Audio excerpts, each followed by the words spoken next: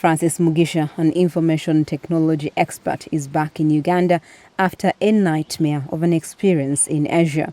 He says it began after he took a job as a data manager and IT specialist in Laos.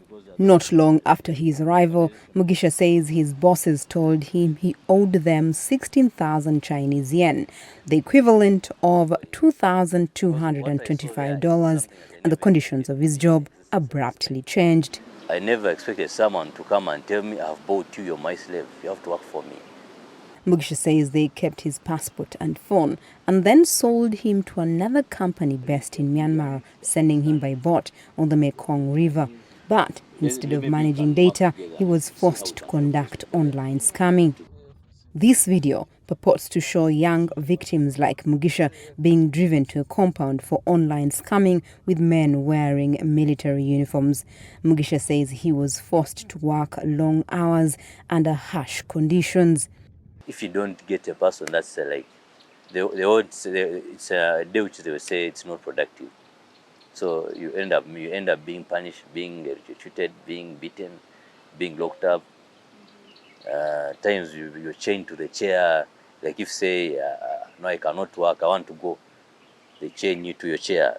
Mugisha says he managed to finally get out by contacting as many people as he could, reaching out to embassies to get help and support from the International Justice Mission, an international rights NGO, and the Ugandan embassy in Myanmar.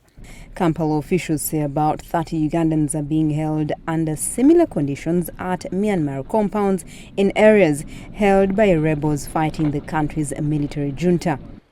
Officials say they are run by Chinese organized crime gangs who often smuggle victims through Kenya. The victims fall into the hands of the gangs once they reach Asia. Derek Basalirwa Chigenyi is Uganda's Deputy National Coordinator for the Prevention of Human Trafficking.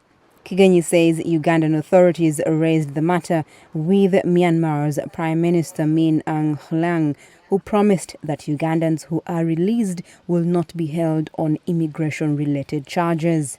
But of course they also acknowledge that the area is rebel-controlled.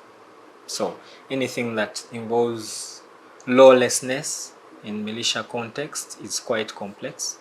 A spokesman for the Myanmar military did not respond to VOA requests for comment. Mina Chang is the founder of the non-profit group Humanity Research Consultants, which fights human trafficking. She says gangs target people who speak English and other languages that can be used to scam people outside of China. East Africans do speak good English, so that means it's easier when it comes to scamming, that they may be able to target other nationalities more than just Chinese. Also, sometimes the criminals, they do also want to use the victims to, let's say, having video calls with the scammed victim. Then you need somebody who can actually speak English, right? Like if you put a Chinese who doesn't speak English, then it will be hard to do that kind of job. Chang says the criminal activity is protected through systemic corruption in Myanmar, both in junta and rebel-controlled areas where powerful individuals and governments shelter the China-based criminal gangs. Halima Athumani for VOA News, Kampala, Uganda.